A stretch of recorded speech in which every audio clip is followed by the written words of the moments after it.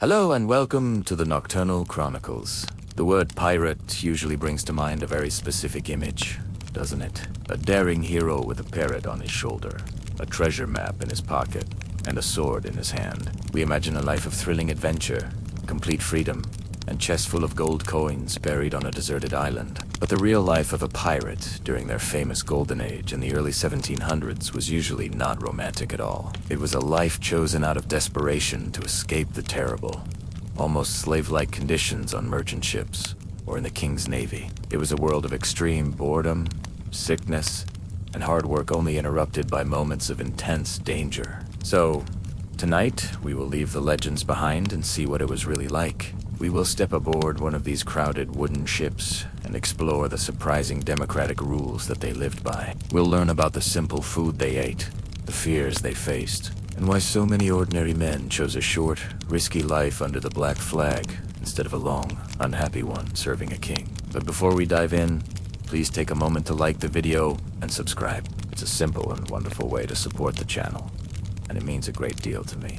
I am also always curious to know where in the world and at what time you're rejoining me tonight. So, I'd really love to hear from you in the comments. And now settle in. Let the noise of the modern world fade away, and let us travel back to a time of tread rope, black powder, and open sea. Our story doesn't begin with a pirate. It begins with an ordinary person. Let's imagine that you are this person. You are not a hero, not a villain. You are simply a sailor somewhere in your early 20s, and your entire world is this small. Damp wooden ship creaking its way across the vast and empty Atlantic Ocean. It is 2 hours before dawn and you are already exhausted. You were woken an hour ago, not by a gentle shake, but by the sharp bark of the boatswain, the senior sailor in charge of the deck crew. Your hands are raw, blistered, and healed and blistered again from hauling on the coarse-salt, stiffened ropes that control the massive sails above. The air is cold and heavy with salt spray that never seems to dry, killing you to the bone. Every muscle in your back and shoulders aches from the relentless work of the previous day and the day before that, and every day for the past 6 months since you left port in Bristol. This is your life on a merchant vessel in the year 1716. It is not a life of adventure. It is a life of unending, back-breaking labor. You and the few dozen other men on board are a tiny human island in an endless ocean, and your work never stops. You are constantly adjusting the rigging, climbing high into the masts on swaying ropes to furl or unfurl sails with nothing but 100 feet of empty air and churning sea below you. You work the pumps to expel the foul, stagnant bilge water that constantly seeps into the hull. You scrub the decks, you mend the sails, you tar the ropes. You do this day in and day out, in blistering sun and freezing rain.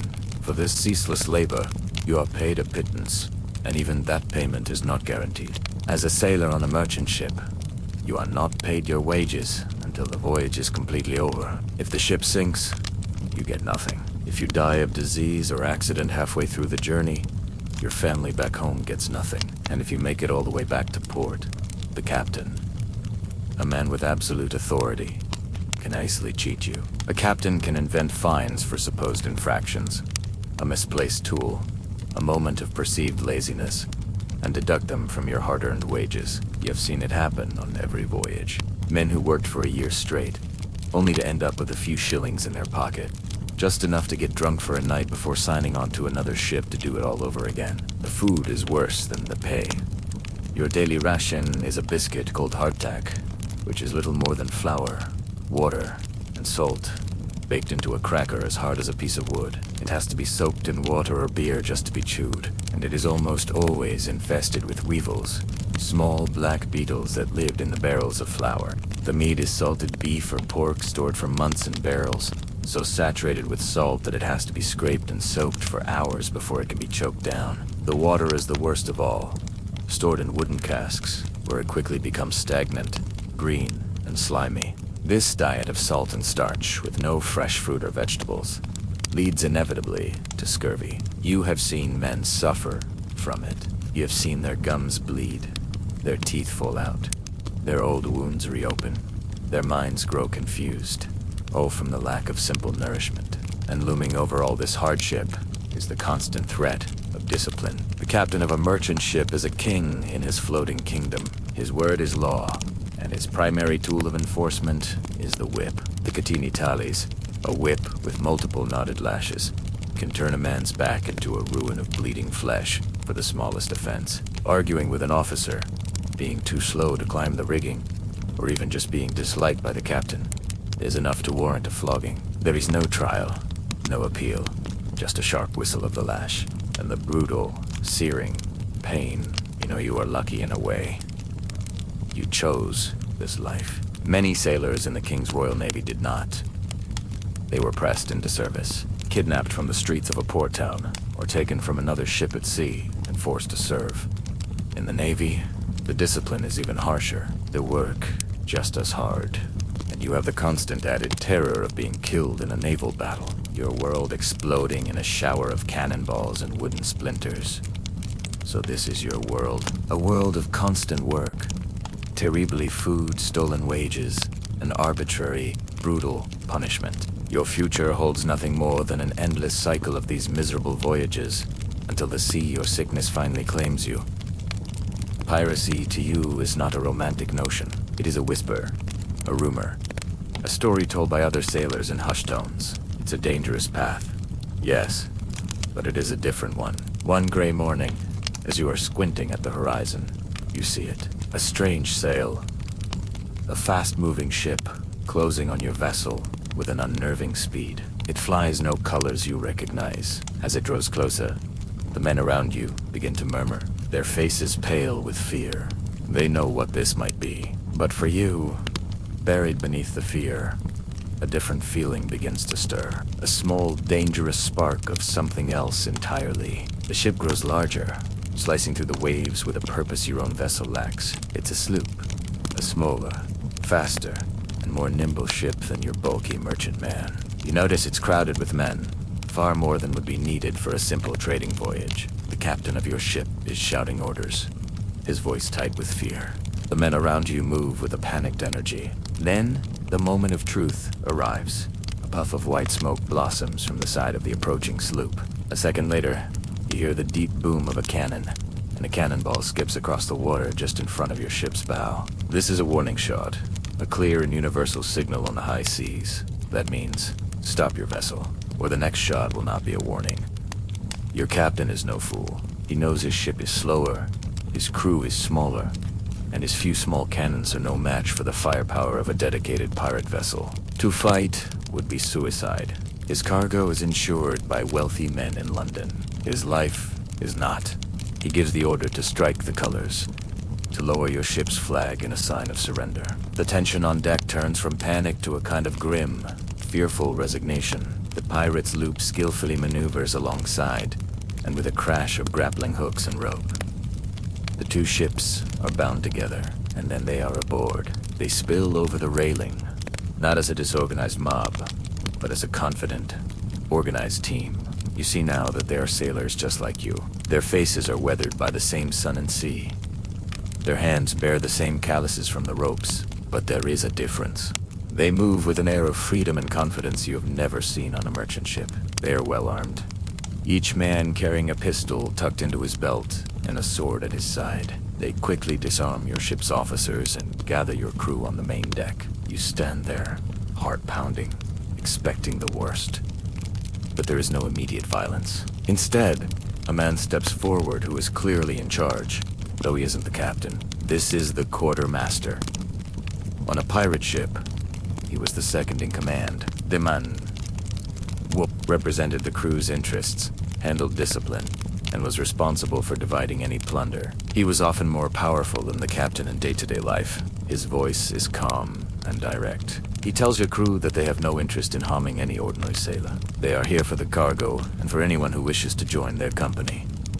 He lays out the offer. You can stay with your captain, continue your voyage, and face the same life of misery and poverty you have always known. Or you can leave it all behind. You can join them. You can become one of them. A free man entitled to an equal share of every prize they take. You look at the faces of your crewmates. For most, fear wins out. They have families, homes, and a deep abiding fear of the hangman's noose. But you see a few others. Men like you, with little to lose and no future to look forward to. And you can see the same spark in their eyes that you feel in your own chest. The choice, you realize, is truly yours. The pirates don't want to force you. They have escaped tyranny themselves. They have no interest in commanding a crew of unwilling captives. They want volunteers. Brothers who will willingly fight alongside them. So you weigh your life in that moment. On one side, a guaranteed future of backbreaking work, spoiled food, and the sting of the whip, all for wages you might never see. On the other, the promise of plunder, of freedom, of respect. It is the choice between a long, slow misery and a life that will likely be short, but at least will be your own. You and 2 other sailors step forward. The quartermaster grins. He gestures for you to cross over to the pirate ship. As you climb over the railing, leaving your old vessel and your old life behind, one of the pirates hands you a tin mug filled with a cloudy alcoholic liquid. It is grog, a simple drink of watered-down rum, sometimes mixed with lime or sugar. It is the lifeblood of sailors everywhere. But this mug tastes different. It tastes of freedom. Your old ship, now poor by a few crewmen and a hold full of cargo, detaches and slowly sails away. You stand on the deck of a pirate vessel, surrounded by the so-called enemies of all mankind. You are now one of them. The initial relief begins to fade, replaced by a new pressing reality. You have joined their society, but you do not yet know its laws. You stand on the deck of your new ship, the taste of grog stew on your lips. The initial wave of adrenaline and relief has passed, replaced by a quiet uncertainty. You have escaped the tyranny of your old. Captain, but what have you joined? How can a ship full of men who have rejected all authority possibly function without tearing itself apart? The answer comes a short while later. The quartermaster, the man who invited you aboard, gathers you and the other new recruits. He unrolls a sheet of parchment, its edges worn from use. This, he explains, is the foundation of their society. These are the ship's Articles of Agreement, more famously known as the Pirate Code. You learn immediately that this is not a set of rules imposed from above. On this ship, there is no absolute king. Before any voyage, the entire crew gathers together. They debate, they argue, and they vote on every single rule written on this page. Every man from the captain down to you, the new AS recruit, has an equal say. The captain is elected and can be removed from command by a majority vote if the crew is not satisfied with his leadership. You have just joined not merely a ship's crew, but a floating democratic republic. It's a concept so radical, so contrary to the world, that it takes a moment to fully grasp. The quartermaster begins to read some of the key articles aloud, ensuring you understand the contract you are about to sign. First, and most important, every man has an equal vote in the affairs of the moment. This means any major decision whether to attack a ship, where to sail next, or what punishments to hand out is decided by the crew as a whole.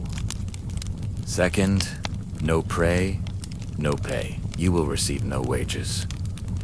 Your payment is a fair share of whatever is plundered. The articles specify exactly how the loot will be divided. The captain might receive 2 full shares, the quartermaster perhaps 1.5. Skilled men like the ship's surgeon or carpenter might also get a slightly larger portion. But you as a regular sailor are entitled to 1 full share. No deductions, no tricks. You will get exactly what you are owed, every single time. Third, there are rules of conduct. Any quarrel between 2 men must be settled on shore with pistols or swords. To prevent disruptive fighting on the crowded ship, there are to be no women allowed on board. Another rule designed to prevent jealousy and conflict among the crew. And every man is expected to keep his pistols and sword clean and ready for action at all times. Fourth, lights out at 8 o'clock. You learn this isn't a strict bedtime. It's a critical fire safety rule. After 8 o'clock p.m. there are to be no open flames, from candles or lamps for gambling or drinking. On a wooden ship filled with barrels of gunpowder and tread ropes, a single careless flame could doom everyone. And then comes the most surprising article of all, a system of compensation for injuries sustained in battle. This is their version of insurance. A man who loses his right arm in a fight might be awarded 600 pieces of 8. the common Spanish silver dollar that was the main currency of the seas. The loss of a leg might be worth 500 pieces of 8 and I-100. This money was paid out from the ship S. Treasury before the rest of the plunder. Wash. Divide. It was a promise that your brothers would take care of you. A level of care and respect unimaginable on the merchant ship you just left. After reading the articles, the quartermaster lays the parchment on the lid of a barrel. He looks at you and the other new men. This is the final step. To join the Brotherhood, you, Musik, you take the offered quill, dip it in ink, and make your mark on the document. Be doing this. You are entering into a sacred contract. You are agreeing to live by these rules, to fight for your brothers, and to accept the severe punishments for breaking your oath. You have now formally sworn your allegiance. You are a full member of the crew with a right to a vote, and a right to a share of any prize. You are part of a society of outlaws governed by its own surprisingly fair and orderly laws. But a society is more than just its rules. It is also the physical space it occupies. With the formalities over, you take your first proper look around, seeing the ship not as a captive anymore, but as a resident. This is your home now. The very same sloop that ran down your old vessel with such ease. You realize now why it was chosen. It's not a massive warship, but it's lean and fast. A captured merchant vessel that has been transformed from a simple workhorse into a predator of the sea lanes.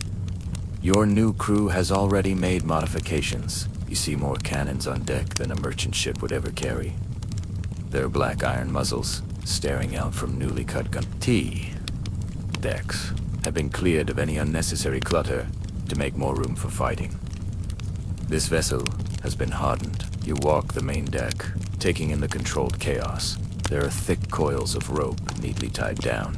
There are pyramids of iron cannonballs secured with netting. You see spare spars. The long wooden poles used to hold the sails, lashed to the sides of the ship, ready to replace any that might be broken in a storm or a battle. You close your eyes for a moment to simply listen. You hear the constant deep groan of the ship's timbers, like an old man's sigh. You hear the rhythmic lapping of the waves against the hull, a sound that will be with you day and night. Above, you hear the sharp snap of the canvas sails as they catch the wind, and the high, lonely cry of a seabird. It is a symphony of wood, wind, and water. The smells are just as strong. The clean, sharp scent of the salt spray mixed with the pungent, almost medicinal smell of the tar used to waterproof the ship's wood and ropes. But the real heart of the ship, you soon discover, is below deck. As you climb down the ladder into the gloom, a thick, warm, and heavy air envelops you. This is the 'tween deck, the main living quarters. There are no private cabins here, no walls, no doors. This single low ceiling space is where you and 80 other men will sleep. You see rows upon rows of hammocks, lengths of canvas slung from the overhead beams. They are hung so close together that you can easily reach out and touch the man next to you. You learn that hammocks were a brilliant innovation. Pirates and sailors adopted from the native peoples of the Americas. Unlike a fixed bunk or a simple mattress on the floor, a hammock sways with the constant rolling motion of the ship, cradling you and preventing you from being thrown to the wet floor during rough seas. The air down here is a complex mixture of smells. It smells of unwashed bodies, of stale rum, of damp wool, and something else. A foul, sour smell coming from below. This, you are told, is the BGE. The BGE is the very bottom of the ship's hull, a dark, inaccessible space where all the foul water collects. Seawater that leaks through the planks, spilled food and drink, and all other forms of waste gather down there, sloshing back and forth into a putrid soup. Its stomach-turning smells a constant presence, a scent that permeates the very wood of the ship. It is the defining smell of your new home. You realize that on this vessel there is no such thing as privacy. You will eat, work, and sleep within arm's reach of 80 to 100 other men.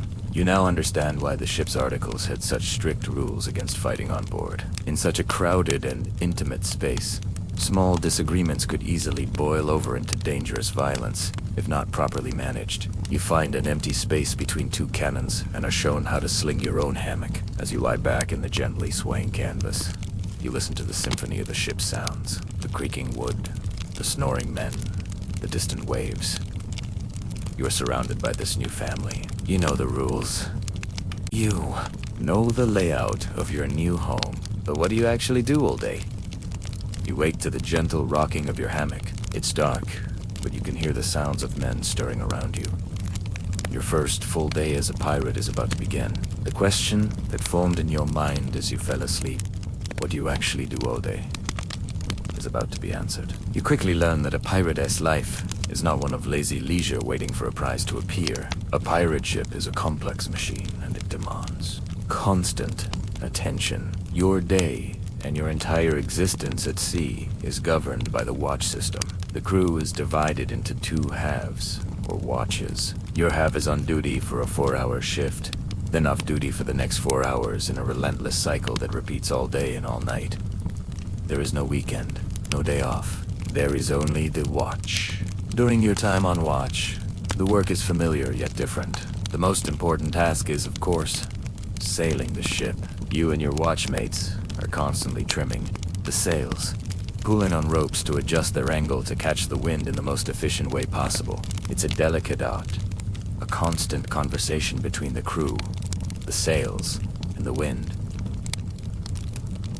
But most of the work is maintenance. Endless, repetitive, but vital maintenance. You spend hours sitting on the deck with a mallet and a chisel performing a task called corking. This means hammering sticky tarred rope fibers, called oakum, into the seams between the wooden planks of the deck and hull. It's a slow, tedious job, but it's what keeps the ship from taking on water and sinking. Other days you are sent aloft with a bucket of tar to coat the rigging, protecting the thick ropes from being destroyed by the relentless sun and salt spray. You scrub the decks, not just to keep them clean, but to scour away the slippery green algae that grows in the damp sea air. You check the cannons, making sure they are secure, that the mechanisms are clean, and that the gunpowder stores nearby are kept perfectly dry. Sometimes you are assigned lookout duty. You climb the rigging high up to the crow's nest, a small wooden platform at the top of the mainmast.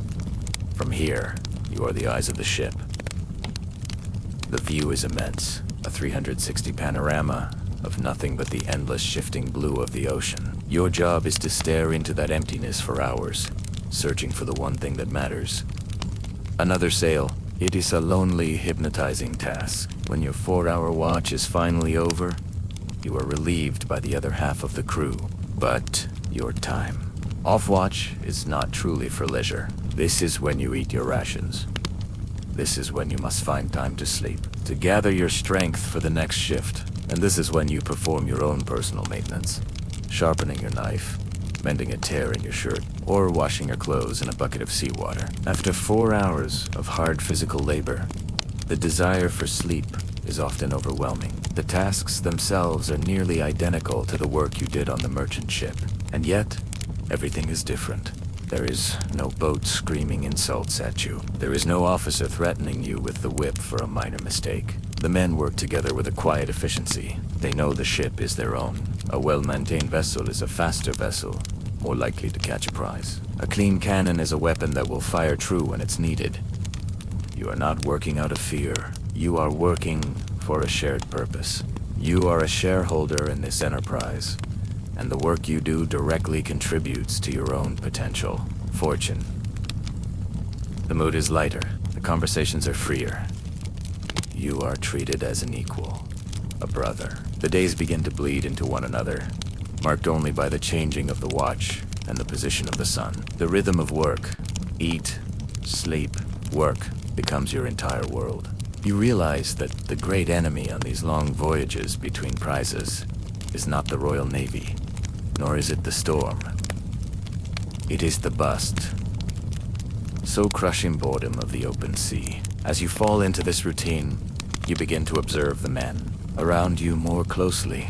You see how this society truly functions. You see that the captain is respected and his orders are followed in battle. But in the day-to-day life of the ship, it is the quartermaster that the men listen to. It is the quartermaster who settles disputes, who distributes the rations, who seems to hold the true balance of power. As the weeks pass, you begin to truly understand the answer to the question that has been forming in your mind. How does a ship full of outlaws govern itself? You see now that it is not one man who leads, but two in a delicate and ingenious balance of power, specifically designed to prevent the kind of tyranny you escaped. First, there is the captain. You notice that he is treated with a certain respect. He is the expert sailor, the master navigator, the man who can read the waves and the stars. His primary job is to guide the ship and to command it in battle. He is in essence the ship's war archive. When a potential prize is spotted on the horizon, a change comes over the ship. The democratic, almost casual atmosphere instantly sharpens. In that moment, the captain's authority becomes absolute. His orders are obeyed instantly and without question by every man on board. He decides the angle of attack, when to fire the cannons, and when to board. During a chase or a battle, he is the undisputed king of the vessel. This is a practical matter. In the chaos of combat, there is no time for a debate or a vote. The crew puts their trust in his skill to win the prize and keep them all alive. But here is the crucial difference. As soon as the battle is over, his absolute power vanishes. He steps back and once again becomes a man among equals. He's still the captain, but he cannot order a man flogged for a minor insult. He cannot change the destination of the ship on a whim. He cannot even claim the largest portion of the captain's cabin for himself without the crew's agreement. He was elected to his position, and if he proves to be a coward in battle or consistently fails, to find Pryzel, the crew can hold a vote at any time and depose him, electing a new captain in his place. The true power and the detudal life of the ship, you learn, belongs to the quartermaster. He is the peace chief. While the captain is the crew's leader, the quartermaster is the crew's advocate. He is the voice of the men, elected to protect their interests and ensure fairness. His responsibilities are vast. He is in charge of the ship's stores, distributing the daily rations of food and water to ensure every man gets his equal share. He is the ship's judge and jury. If you have a dispute with another sailor, you do not take it to the captain. You take it to the quartermaster. He listens to both sides and makes a ruling, and his decision is respected. He also administers all punishments that the crew has voted on according to the articles. So if a man is to be flogged, it is the quartermaster, not the captain, who gives the order, removing that power of personal vengeance from the captain's hands. When a prize is taken, the quartermaster leads the boarding party. He is the one who decides what plunder is to be taken from the captured vessel, and he is the keeper of all that plunder until it can be brought to a safe port and divided. He ensures that every coin, every bolt of cloth, every barrel of wine is accounted for and shared out exactly as the articles prescribe. You now see the genius of this system. It is a separation of powers born from the bitter experience of men who had been oppressed. They gave one man, the captain, the power to lead them in war, but they gave another man, the quartermaster, the power to protect them from that same leader in times of peace. It was a system of checks and balances that ensured no single man could ever hold absolute power over the crew again. It was a government for the people, by the people, on a floating wooden republic of outlaws. You see this system in action every day as the quartermaster moves through the ship, settling a card game dispute here, distributing the daily ration of grog. There. The system works because it is built on fairness. Everyone gets their share. But as you receive your daily portion of salted beef and heart attack, a new thought comes to mind. What exactly is that share? The question of what you eat and drink is one of the most fundamental parts of your new life. You quickly learn that the standard rations on a pirate ship are at first disappointingly similar to the grim menu of the merchant vessel you so gladly left behind. The foundation of your diet is still the hardtack, the rock-hard flour and water biscuit, likely dotted with the black specks of weevils. The main source of protein is still salted meat, either beef or pork that has been cured in barrels of brine for so long that it is tough, chewy, and overwhelmingly salty. This is supplemented by sacks of dried peas, beans, or oatmeal. It is a diet of preservation designed to last 4 months in the damp hold of a ship, not for pleasure. Your drink is also much the same. Water stored in casks quickly goes foul, so alcohol is essential. The daily ration of grog, the mix of rum and water, is a treasured ritual, a moment of warmth and cheer in a long day. It makes the stale water more palatable and provides a brief escape from the monotony of life at sea. But here is where you discover the pirates' advantage. Unlike a merchant ship, which must sail from Port A to Port B on a strict schedule, a pirate vessel is master of its own time. Your captain is not in a hurry to deliver cargo. This gives you the freedom to supplement your diet in ways a merchant sailor could only dream of. If the ship is running low on supplies, you might stop at a small, uninhabited island. The crew will go ashore in longboats, armed not for battle, but for hunting. You spend the day tracking wild pigs or goats through the jungle, a welcome relief from the confines of the ship. The animals are brought back and the crew builds a fire on the beach, roasting the fresh meat over a wooden grill called a boken. The taste of fresh, unsalted meat is a luxury so profound it feels like a feast for a king. At sea, fish. Men will trail lines from the stern of the ship, hoping to catch tuna or other large fish to be shared among the crew. But the most prized catch of all is the giant sea turtle. Turtles were plentiful in the Caribbean, easy to catch while they slept on the surface of the water, and they were an ideal source of food. A single large turtle could feed the entire crew, and remarkably, they could be kept alive on their backs on the deck for weeks. This is the pirates' way, living off the sea and the land, taking what they could find. But the greatest feast, the moments of true indulgence, came after a successful capture. When you board a captured merchant ship, the first prize is not always the captain's strongbox. It is often his pantry. While your diet is one of bland survival, a merchant captain DY, your crew descends upon his private stores with joyous cries. You might find barrels of fine French wine or Spanish brandy, sacks of soft white flour for baking bread, and precious casks of sugar. You might find spices that are worth a fortune: cinnamon, cloves, and nutmeg. Best of all, you might find live chickens clucking in wooden coops, or even a pig or a cow brought along for the captain's table. That night, your ship becomes a floating banquet hall. The cook, who is usually just another sailor with a bit of skill over a fire, becomes the most important man on board. The smell of roasting meat fills the air. You eat freshly baked bread instead of weevil-filled biscuits. You drink stolen wine from tin mugs, singing sea shanties with your brothers. For a few hours, you live better than any king. This is the reward. This is the merry life you signed up for. You are full for the first time in what feels like years. The ship is well stocked, and the threat of scurvy has been pushed away by fresh food.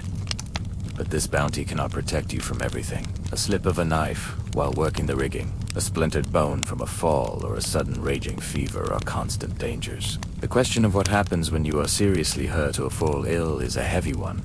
In the world you left behind, a sick sailor was often seen as a useless burden. Here, among pirates, you learn that the approach is different, born from a mix of brutal necessity and surprising compassion. Most pirate ships did not have a professionally trained doctor. A surgeon was a highly valued prize, and if one was captured on a merchant or naval vessel, he was considered one of an attack's most valuable assets. The pirate crew would do everything they could to persuade him to join Stim, offering him a full share of the plunder and promising him good treatment. A skilled surgeon was one of the very few men a pirate crew might actually force into service, as his knowledge was a matter of life and death for everyone. But if no doctor could be found, the role of ship's surgeon fell to whichever crewman had the most relevant skills. In Manica says this was the ship's carpenter. This might seem strange, but the logic was grimly practical. The most common major surgery at sea was amputation, and no one on board was better with a saw. The carpenter knew his tools. He knew how to make a clean, swift cut, and he was not squeamish about it.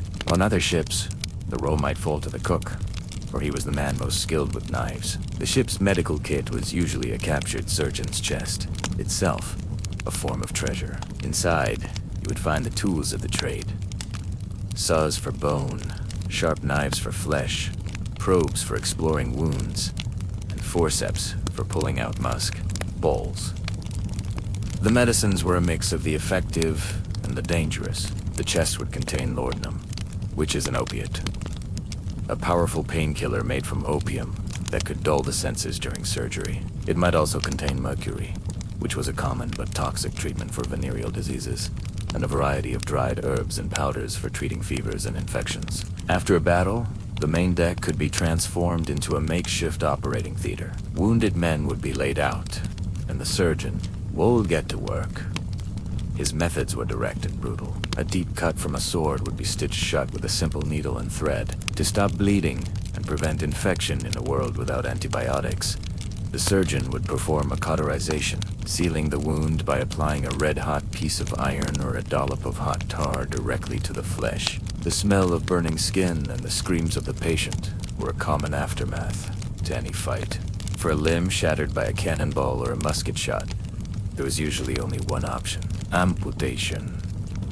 Amputation, to remove the ruined arm or leg, was the only way to prevent gangrene, a deadly infection that was always fatal. You would be given a large dose of rum or laudanum to numb the pain and a leather strap to bite down on to keep from biting through your own tongue. Your crewmates would hold you down and the carpenter surgeon would work as quickly as he could. The survival rate for such procedures was low, but it was better than the certain death of infection. Common sicknesses like fevers and dysentery could sweep through the crowded, unsanitary ship with terrifying speed. And scurvy, the disease caused by a lack of vitamin C, was a constant threat on long voyages without fresh fruit. While pirates were generally better fed than other sailors, they were not immune. But here, once again, the pirate code offered a unique form of protection. As you learned when you signed the articles, there was a system of compensation. Your crewmates would care for you as best they could, but if you lost an arm, a leg, or an eye in service to the ship, you were financially compensated for your loss. You were a brother, and you would not be abandoned. This rudimentary system of medicine and insurance was a lifeline, but the best way to avoid the surgeon's knife was to avoid trouble in the first place. This meant moving efficiently across the sea, finding prizes quickly, and knowing the route to a safe port. To do that, your ship needed more than just strong backs and sharp swords. It needed a keen mind and an understanding of the heavens. You now understand how the ship is governed, how it is maintained, and how its crew is cared for. But all of this would be for nothing if the ship could not find its way. In the seemingly endless expanse of the ocean, with no roads and no landmarks, the art of navigation was perhaps the most vital skill on board. Getting it wrong meant more than just missing a prize. It meant starvation, thirst, and being lost at sea forever. The responsibility for this crucial task fell to the captain, and if the crew was lucky, a sailing master. The sailing master was a highly skilled officer whose entire job was to know the ship's position and plot its course. On your ship, the captain himself handles this duty. He is the navigator, and the lives of the entire crew rest on his calculations. His tools are a mixture of the simple and the ingenious. His most prized possessions are his nautical charts. These are not treasure maps marked with an X. They are precious documents hand-drawn on parchment, often stolen from the captains of captured ships. They show the outlines of coastlines, the locations of known islands, and warnings about dangerous currents or hidden reefs. They are frequently inaccurate, but they are the best guide you have. To know your direction, you have the magnetic compass. But direction is only half the problem. You must also know your speed. For this, the navigator uses a clever device called a chip log. It consists of a small weighted piece of wood tied to a long rope with knots tied at regular intervals. The chip is thrown from the back of the ship, and as the vessel moves forward, the rope using a small sandless to measure a precise amount of time. The navigator counts how many knots pass through his fingers. This tells him the ship's speed in knots, a unit of measurement still used by sailors today. With these tools, the navigator can determine your latitude, your position north or south of the equator. Using an instrument like a quadrant or an astrolabe, he can measure the angle of the sun at high noon, or the height of the North Star at night. This angle changes depending on how far north or south you are, allowing him to calculate your latitude with reasonable accuracy. But there was one great unsolved mystery of the seas during your time: longitude, your position, east or west. There was no reliable instrument, no simple trick to know how far east or west you had traveled. This was the single biggest navigational challenge of the age. To overcome this, sailors relied on a method called dead reckoning. It was more of an art than a science. You start from a known position. For example, the island of Jamaica. You know you are sailing east, thanks to the compass. You know you are traveling at 5 knots thanks to the chip log. After 24 hours, you can calculate or reckon your new position on the chart. You are, in theory, 120 nautical miles east of Jamaica, but this was an educated guess. A strong, unseen ocean current could be pushing you sideways. A storm could force you off course. A small error in measuring your speed could grow larger and larger over days and weeks, until your calculated position on the chart and your true position in the world were miles apart. The navigator's job was a constant, careful process of calculation, observation, and intuition. A truly great navigator also read the natural world. The color of the water could hint at its depth. The types of birds circling the ship could indicate that land was near. The patterns of the clouds and the direction of the ocean swells could whisper secrets about distant weather systems. It was a science of reading clues that the ocean provided. You now understand the immense skill it takes to guide your floating home. Day after day, you watch the horizon, a line that never changes. The navigator's art is what gives you all hope that this emptiness will eventually end. As you scan the sea, you are no longer just looking for a ship. You're looking for a target. The cry from the crow's nest has electrified the ship. Sail ho. The captain, using his spyglass, confirms the target. A heavily loaded merchant vessel sitting low in the water. It is the prize you have all been waiting for. Your ship, being faster and more agile, begins the chase. As you close the distance over the next hour, you see that your ship is flying the English flag, the Union Jack. This, you learn, is the first step in the hunt. Deception. It's a common trick. A pirate ship might fly the colors of any nation, or no flag at all, to appear as a friendly vessel. The goal is always the same, to get as close as possible without causing alarm. Closing off the target's avenue of escape, the merchant ship's crew sees you, but they have no reason to panic yet. To them, you are just another English ship on the open sea. Then the time for pretense is over. You are close enough now. The merchant ship is within range of your cannons, and they can no longer outrun you. On your captain's command, the false flag comes down. For a moment, your must is bare. The men on the other ship must be watching, their stomachs tightening with dread, wondering who you are, and then a new flag is brought on deck. It is bundled and ready. It is attached to the rope and hoisted up the mast for all to see. It is the flag that has come to be known as the Jolly Roger. This flag is the most powerful weapon in the pirate arsenal. More powerful than any cannon. It is a tool of psychological warfare, and its message is brutally clear. You learn that the term Jolly Roger doesn't refer to just one design, but to any flag used by pirates to declare their identity. The most common flag is a simple, stark, black one. In the language of the sea, black is the color of death. It is the direct opposite of the white flag of surrender. Navies would sometimes use a black flag to signal that they would give no quarter, meaning they would take no prisoners. By flying the black flag, your ship is making a promise of violence. It is announcing to your target, we are not bound by the laws of any nation. We are a society of our own, and we live by our own rules. Even more terrifying is the red flag. A red flag is a signal of pure rage. It means that the pirates will give absolutely no mercy, that they intend to kill everyone on board. It is a declaration of total merciless war. And then there are the symbols. The skull and crossbones is the most famous, and its meaning was instantly understood by any sailor.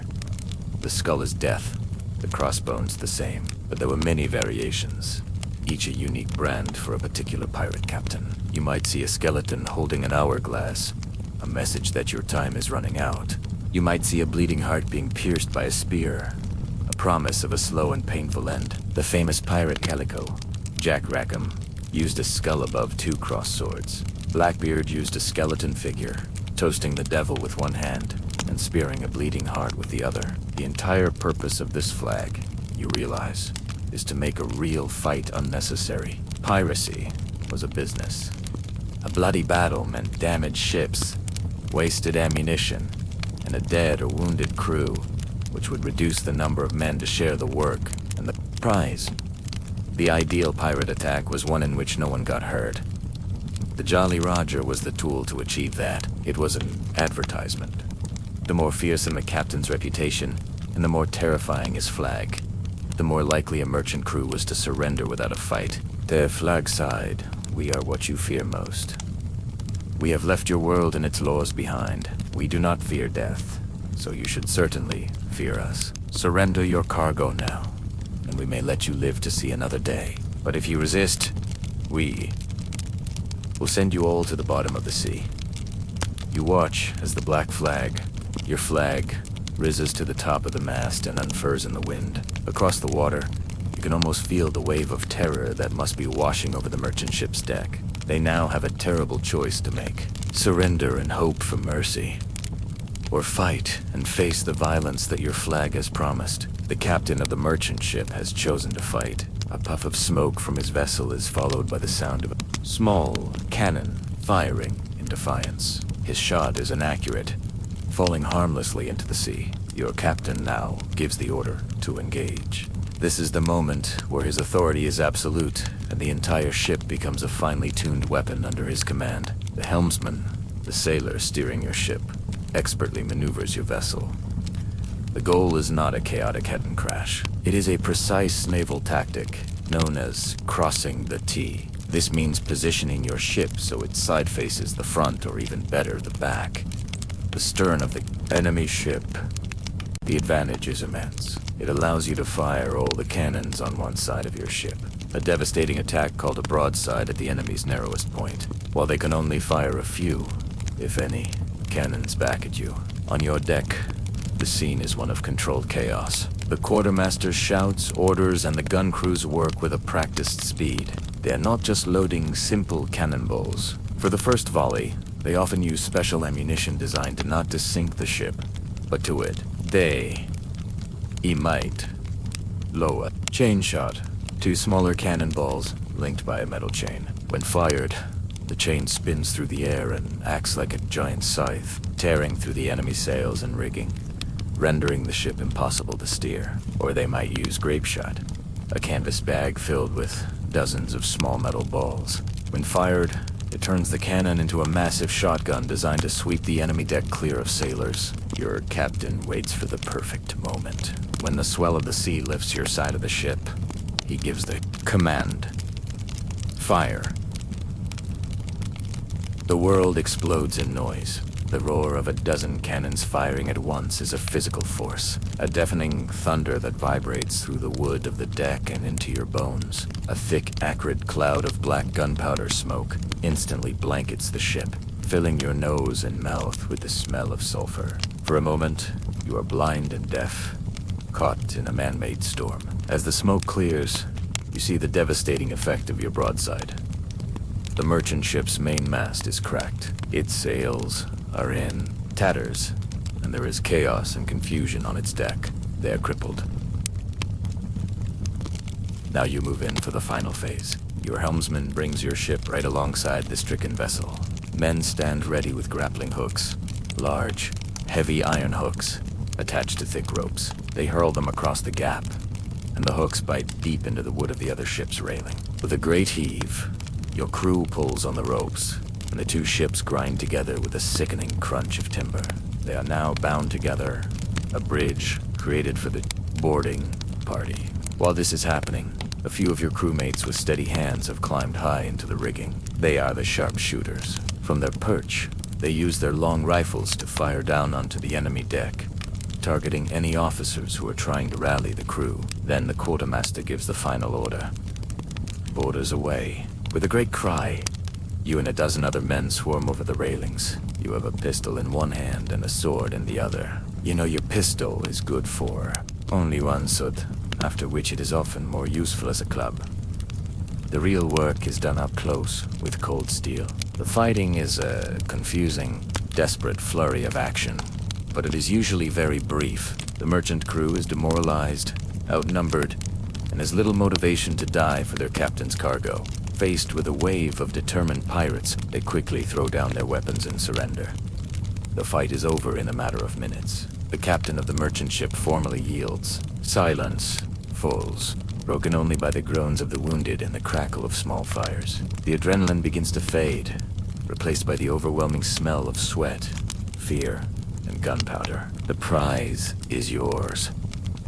With the captured ship's crew subdued and locked away, the adrenaline of the fight gives way to a focused and surprisingly disciplined process. This is not the chaotic free-for-all looting you might have imagined. The quartermaster, is now in complete command of the prize, and the first rule of piracy is strictly enforced. All plunder belongs to the company as a whole. You learn that any pirate caught hiding even a single coin or a small piece of jewelry for himself before the general division would face the harshest punishments. To be caught stealing from your crewmates was the ultimate betrayal. The entire system of trust and fairness that held the Pirate Brotherhood together relied on every man being honest at this crucial stage. The quartermaster and a small, trusted team begin a thorough inventory of the captured vessel. You now see what plunder truly means. It is rarely a chest overflowing with gold coins. The real treasure is the cargo. The hold of the merchant ship might be filled with massive barrels of sugar or tobacco from the Americas, precious indigo dye from India, or fine silk textiles from the East. These goods were the bulk of the wealth, worth a fortune to the right buyer. But the plunder doesn't end there. The ship itself is a source of immense value. Its cannons, gunpowder, and cannonballs are vital for your own vessel's strength. Its sails, coils of fresh rope, anchors, and carpentry tools are all precious naval stores that are difficult to acquire on the open sea. Even the personal belongings of the captured crew and any wealthy passengers are collected. Their clothes, their wigs, their silver buckles, and any money they have are all added to the communal pile. Nothing is overlooked. Once the inventory is complete and all valuable goods have been transferred to your ship, you and your crewmates sail to a pirate-friendly port. This might be a bustling, lawless haven like Nassau in the Bahamas, or a quiet hidden cove where shady merchants are willing to trade. Here, the quartermaster and captain will negotiate the sale of the captured cargo, turning the barrels of sugar and bolts of cloth into hard currency. When all the goods have been sold, the most important ritual of pirate life begins. The entire crew is assembled on deck. The quartermaster stands before you all with the total sum of the profits. The first order of business is to pay the ship's debts to its own crew. The compensation fund is opened. The man who lost an eye in the last fight is called forward and given his 100 pieces of 8. The man whose arm was crippled by a muskball is given his payment. This promise written in the articles is always honored first. It is the bedrock of your society. Once the wounded have been cared for, the remaining wealth is divided among the rest of the crew according to the shares laid out in the articles. The quartermaster, holding a list of every man's name, calls you forward one by one. There is no secrecy, no backroom deals. The process is completely transparent. The captain receives his 2 shares. The quartermaster is 1.5, and then it is your turn. You step forward, and the quartermaster counts out your single full share of the prize into a heavy cloth bag. You feel the weight of the silver and gold coins in your hand. It is more money than you have ever seen in one place. It is more than you could have hoped to earn in 10 years of honest, backbreaking labor on a merchant ship. This is the moment that makes it all worthwhile. The fear, the boredom, the risk. It was all for this. This bag of coins is not just wealth. It is independence, it is respect, it is your reward. Earned as a free man and given freely by your brothers. You now have your share. For the first time in your life, you are a wealthy man. Your ship is safely anchored in a harbor teeming with activity, and the long disciplined months at sea are finally over. Now, the time for work is done, and the time for the merry part of a short life and a merry one is about to begin. The call goes out for shore leave. You and the rest of the crew pile into longboats and row towards the beach. The feeling of setting foot on solid ground after months of the sea's constant motion is a strange and wonderful sensation. You have arrived in a place like Nassau in the Bahamas, the unofficial capital of the Pirate Republic.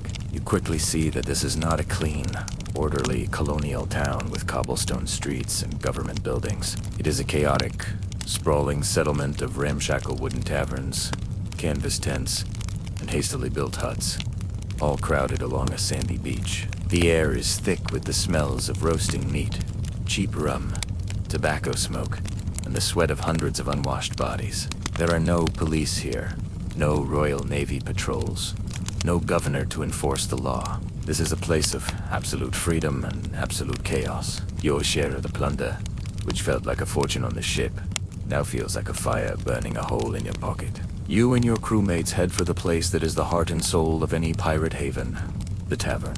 Inside, The noise is deafening. The room is packed with pirates from a dozen different ships, all drinking, shouting, and laughing. You push your way to a rough wooden bar and trade one of your silver coins for a bottle of rum. Not the watered-down grog from the ship, but the raw, powerful spirit. The drink is strong and burns on the way down, but it is the taste of freedom and success. You see that a pirate's money is spent as quickly and fiercely as it is earned.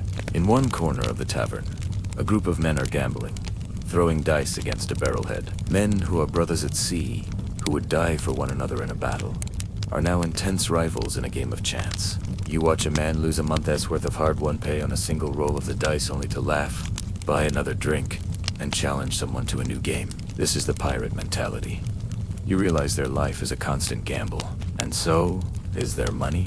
They live with the ever-present threat of a violent death, so the idea of saving for a future they will likely never seems pointless. The philosophy is to live for this exact moment with as much intensity as possible. A short life, but a merry one. You spend your silver on things you could only dream of at sea. You eat freshly roasted pork until you are full. You buy a new shirt made of soft linen to replace your ragged salt-stiffened one. You visit a merchant who caters to the pirate trade and buy a fine new pistol and a bag of lead shot, investing in the tools that'll help you earn your next fortune. For a week, life is a blur of drinking, eating, gambling, and spending. The disciplined order of the ship dissolves into a riot of individual freedom, but it cannot last. Sooner or later, you reach into your pocket and find it empty. Your entire share, a sum that would have sustained a family for a year, is gone, traded for a few fine meals, a new weapon, and a pounding headache. Just as the last of the crew runs out of money, the call goes out from the quartermaster. The ship has been repaired, restocked with fresh water and supplies. It is time to go back to sea. You stumble back to the long boat, your head aching, your pockets light, but with a new pistol at your belt, and the memory of a wild week on shore. The chaos of the pirate haven fades behind you, replaced once again by the familiar, orderly world of the ship. You are struck by the stark contrast of your new life. A long, slow pendulum swing between the extremes of disciplined work and riotous release. With no land in sight and no ships to chase, the days at sea can stretch into an endless, monotonous cycle. The work of the watch gives your hands something to do, but your mind needs a distraction. You learn that fighting off the immense boredom of the open ocean is as important to survival as maintaining the ship. This is where the culture of your new brotherhood truly reveals itself. The most common and most important pastime is music. You're lucky as your crew includes a fiddler. He's a man valued almost as much as the ship's carpenter.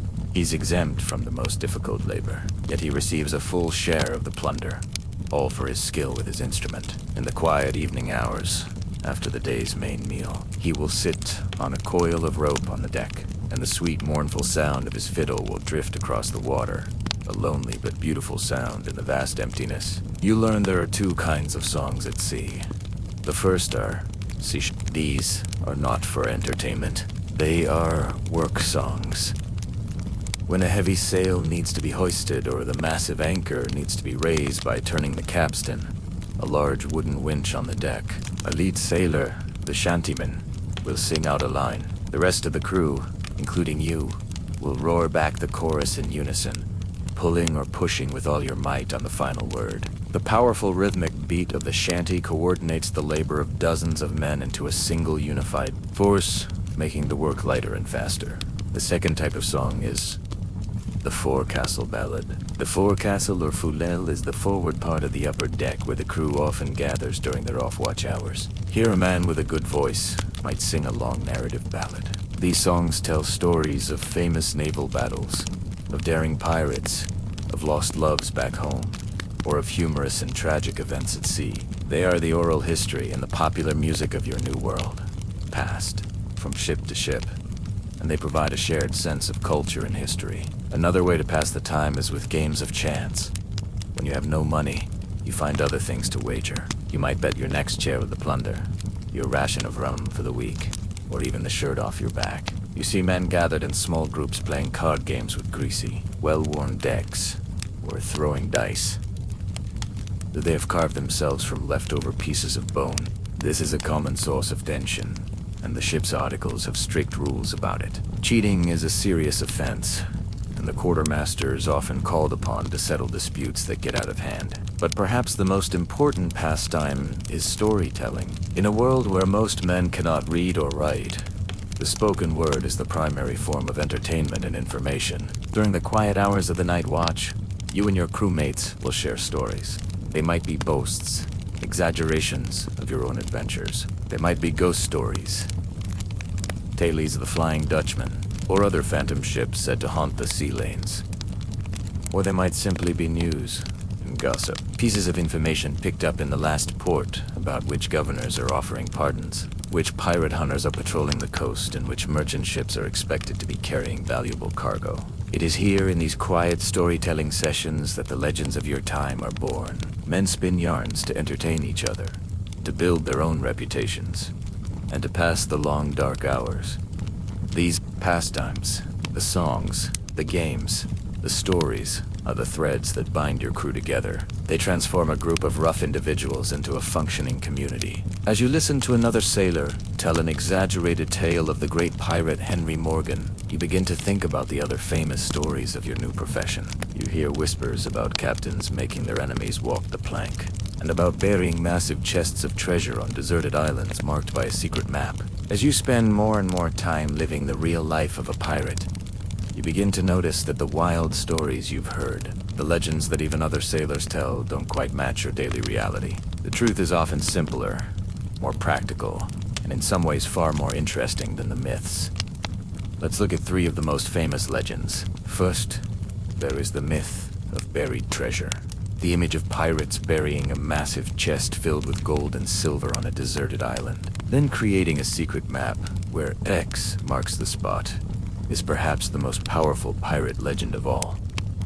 But in reality, this almost never happened. You must remember the pirate philosophy. Live for today, for tomorrow. You may hang. The money you earned was meant to be spent immediately and wildly on shore leave, not saved for a retirement you would never see.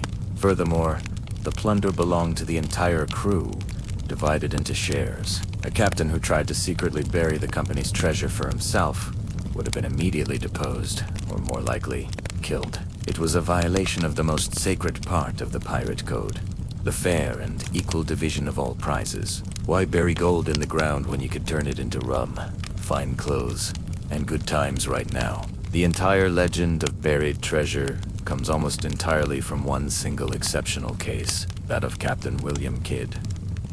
Kidd was originally a privateer, a sort of legal pirate hired by a government with a document called a letter of marque to attack enemy ships during wartime. When he turned to outright piracy, he was declared an outlaw. Knowing he was being hunted, Kidd did bury some of his wealth before sailing to New York to try and negotiate a pardon. He was captured anyway, and the tale of his buried treasure ignited a frenzy that a century and a half later would inspire Robert Louis Stevenson-esque classic novel, Treasure Island. It is T's book more than any historical reality that created the myth we know today. The second great myth is that of walking the plank.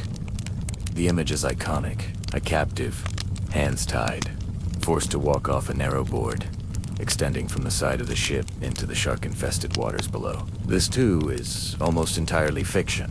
There are virtually no reliable documented accounts of this practice happening during the golden age of piracy. It was an invention of later writers, most famously appearing in stories in the 19th century, and cemented in popular culture by J.M. Barrie's Peter Pan. Pirates were certainly brutal when they needed to be, but they were also practical. If they wanted to dispose of an enemy, they had much faster and more efficient methods. A simple sword thrust or a pistol shot was quick and certain. Tossing someone overboard required no special equipment. The elaborate, time-consuming ritual of forcing someone to walk a plank was a theatrical invention, not a common practice. Finally, there is the image of the pirate captain with a colorful parrot perched on his shoulder. Like buried treasure, this legend comes almost entirely from Treasure Island and its unforgettable character, Long John Silver, who had a parrot named Captain Flint. While it is certainly possible that a few sailors traveling through the tropics might have acquired exotic pets like monkeys or parrots, It was by no means a standard accessory. A noisy, squawking bird would be a terrible companion during a stealthy approach or a chaotic battle. The parrot on the shoulder is a romantic and charming image, but it is not a historical uniform. You now see the truth more clearly. The reality of your life is not one of treasure maps and talking birds. It is a life governed by democratic articles, a surprising system of compensation for the wounded, and a practical approach to your bloody business. But you also know with a growing sense of unease that this unique world you have joined cannot last forever. The great empires of Europe will not tolerate these floating republics of outlaws indefinitely. As you sail the seas, you begin to hear whispers in port towns, rumors of a change in the winds. Governors are offering fewer pardons and more bounties for the capture of pirates. New, powerful warships are being sent from England with a single dedicated mission. The rumors you've been hearing in port towns are true. A change is coming on the winds. The great empires of the world, England, Spain, and France, are finally turning their full attention toward you. For years, they were too busy fighting each other to properly police the seas, which allowed the golden age of piracy to flourish. But now, treaties have been signed, and their powerful navies, no longer needed for massive fleet battles, have been given a new target. You. The authorities begin their campaign with a simple but effective strategy, offering a carrot before they use the stick. This carrot is the King's Pardon. An official proclamation is issued from London, offering a full pardon to any pirate who surrenders to a colonial governor before a specific date. It is a promise that all your crimes will be forgiven and you can return to society as a free man without the shadow of the gallows following you. This offer creates a deep rift within the pirate brotherhood. For all the pirates tired of the constant risk and hardship, the pardon is a tempting exit. It's a chance to take their earnings and live out the rest of their days in peace. Many famous pirates like Benjamin Hornold, who was once a mentor to Blackbeard, accept the offer. But for others, it is a trick. They don't trust the government's promises, and they see surrendering as a betrayal of the freedom they fought so hard to win. The unity of the pirate havens begins to crack. Then comes the stick. When pardons are not enough, the empires unleash their full military might. Powerful Royal Navy warships are sent to patrol the sea lanes of the Caribbean and the American coast. These are not the slow, clumsy merchant vessels you are used to capturing. These are frigates. Fast, medium-sized warships built for speed and packed with cannons. They are captained by experienced naval officers and manned by disciplined Marines who are trained for combat. Your pirate's loop, so effective against a merchantman, is no match for the raw power of a naval frigate. Along with the warships come determined new governors sent with the specific mission to eradicate piracy. A man named Woodes Rogers, a famous former privateer who understands your world, is appointed governor of the Bahamas. He sails directly into the heart of your republic, the pirate haven of Nassau, with several warships at his back. He arrives with the official king's pardon in one hand and the threat of overwhelming force in the other. It is a brilliant combination of carrot and stick. Other governors like Alexander Spotswood of Virginia become obsessed with the hunt. Spotswood dedicates his resources to capturing the infamous Blackbeard, sending naval ships and soldiers on daring raids, sometimes even outside his own legal jurisdiction. The most bitter pill to swallow is the use of pirates to hunt pirates. Some of the most effective pirate hunters are men who have accepted the pardon. Men like Benjamin Hornold, who know all the secret codes, the tactics, and the weaknesses of their former brothers, are hired by governors like Woodes Rogers to lead hunting expeditions. The Brotherhood is now not just divided, it is actively preying upon itself. You feel the world closing in.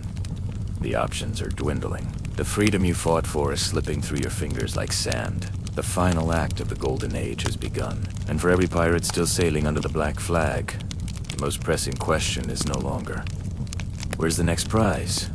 But how does my story end? The Golden Age of piracy, for all its fire and fury, was a remarkably brief flash in the pan of history. For every man who joined the Brotherhood, the unspoken question always loomed. How would it end? There was no single path. The end of a pirate's career was a story with many possible endings, ranging from the swift and violent to the public and shameful to the surprisingly quiet. For many, the end came exactly as they lived, In a flurry of black powder, cannon smoke, and drawn steel, to die in battle was a constant and accepted risk of the trade. In a desperate fight against a naval vessel or a heavily armed merchantman, a pirate could be killed in an instant, struck by a muskball cut, down in a sword fight on a crowded deck, or killed by the terrible spray of wooden splinters from a cannonball impact. The infamous Blackbeard, perhaps the most feared pirate of his time, met his end this way, killed in a bloody close-quarters battle with Naval Lieutenant Robert Maynard and his crew. For some pirates, this soldier's end may have been considered a better fate than the shame of the gallows, a final defiant act in a life lived on the edge. Another fate, even more public and brutal, was the gallows. For the pirate who was finally outmatched and captured by the Royal Navy, the path was swift and certain. He would be put in chains and transported to a major colonial port like Port Royal in Jamaica. There he would stand trial in a Special Admiralty court, a maritime court with no jury of his peers. For a known pirate, the trial was a formality. The sentence was death by hanging. The execution itself was a powerful public spectacle. A large crowd would gather to watch the final moments of the infamous outlaws. A grim warning to any other sailor tempted by a life of piracy. To make the message last, the bodies of the most notorious captains were sometimes placed in iron cages called gibbets and left to hang at the entrance to the harbor. A more unique fate a pirate could face came not from the outside world, but from his own brothers. For crimes against the crew, the punishment could be exile. This was the sentence of The offender would be taken to a deserted island and left with only the most basic provisions: a flask of water, a knife, and sometimes a pistol with a single shot. With that, his former crewmates would row away, leaving him to a quiet, desperate battle against the elements. While survival was not impossible, for most, it was a sentence of profound and final solitude. But for every pirate who met a dramatic end, it is likely that many more simply walked away. This was the path of the King's Pardon. Faced with the growing threat of naval patrols, many crews chose to accept the official offer of amnesty. They would sail into a colonial port, swear an oath of allegiance to the crown, and in an instant, their life of crime was forgiven. These thousands of now former pirates simply melted back into the world, returning to the lives they had known before. For this silent majority, the golden age of piracy was not a fight to the death, but a single wild chapter in an otherwise ordinary life. And what of the pirate's ultimate dream? The quiet retirement with a fabulous fortune. This is the stuff of legend, and for good reason. It was almost impossible to achieve. The pirate ethos of love for today meant very few ever managed to save a fortune. The legends of pirates, like Henry Every, who supposedly vanished with his treasure to live as a king in a secret paradise, are likely just stories that fueled the dreams of other sailors. So these were the fates that awaited them. A swift death in battle, the public shame of the gallows, the lonely exile of Maroon, the quiet escape of the pardon, or the nearly impossible dream of a legendary retirement. With the historical pirates gone from the seas, their reality began to fade. The memory of the brutal working conditions, the monotonous diet, and the constant fear was replaced by something far more romantic and enduring. The transformation from history into legend began almost immediately, thanks in large part to one incredibly popular book. In 1724, while some of the last pirates were still being hunted, a book was published in London called A General History of the Robberies and Murders of the Most Notorious Pirates. It was written under the name Captain Charles Johnson, though his true identity remains a mystery to this day. The book was an instant sensation. It was part history, containing surprisingly accurate details about pirate articles, ships, and daily life, likely gathered from interviews with sailors and reports from trials. But it was also part sensationalized drama. Johnson was a brilliant storyteller, and he took the known facts about pirates like Blackbeard, Calico, Jack Rack, and the famous female pirates Anne Boney and Marty Reed, and he crafted them into compelling, larger-than-life characters. He solidified their legends, creating the definitive versions of their stories that we still draw from today. This book was the first crucial step. It organized the chaotic history of piracy into a collection of thrilling For over a century, this was how the world saw pirates, as brutal but fascinating historical figures. Then, in the late 19th century, a second, even more influential author would take the torch. The Scottish writer Robert Louis Stevenson, looking for an adventure story to write for his stepson, drew upon the legends from Johnson's book and created his masterpiece, Treasure Island, published in 1883. This novel, more than any other work, is responsible for creating the modern myth of the pirate. Stevenson took the single rare historical case of Captain Kidd burying his treasure and made it the central goal of all piracy. The idea of a secret map where X marks the spot is a pure invention of Treasure Island. His most brilliant creation was the character of Long John Silver, the charismatic one-legged ship's cook with a parrot named Captain Flint on his shoulder. Long John Silver became the archetype for every fictional pirate that would follow. He cemented the idea of the charming, friendly, but treacherous pirate rogue, the talking parrot, the treasure map, the moral ambiguity. All of these classic tropes came from this one book. The final step in the transformation came in the 20th century with the rise of cinema. Hollywood took the romantic adventure of Treasure Island and made it visual. Actors like Errol Flynn in the 1930s and Forsyth South created the image of the swashbuckler, the handsome acrobatic hero who fights with a sword, swings on ropes, and always wins the heart of a beautiful lady. In these films, pirates were no longer dangerous outlaws. They were dashing heroes. This brings us to the pirate we know today, a direct descendant of Long John Silver and Errol Flynn, Captain Jack Sparrow from the Pirates of the Caribbean films. He is the complete package of the romantic myth, charming, witty, and a master swordsman, living a life of pure freedom and adventure. And so the transformation is complete. The historical reality of the desperate, often miserable sailor who chose a short, brutal life out of a lack of better options has been replaced by the fictional ideal of the free-spirited adventurer. The real pirates may have only ruled the seas for a brief and violent generation, but their legend, the powerful story of ultimate freedom, rebellion, and a life without rules, has proven to be immortal. It is a story we continue to tell ourselves, perhaps because some small part of us still longs for a world with a blank space on the map marked with an X. Thank you for joining me on this long journey tonight. From the harsh realities of a sailor's life to the birth of a timeless legend, our voyage through history is now at an end. I hope you'll return as we continue to explore the stories found in the shadows of the past. I wish you a calm and peaceful night.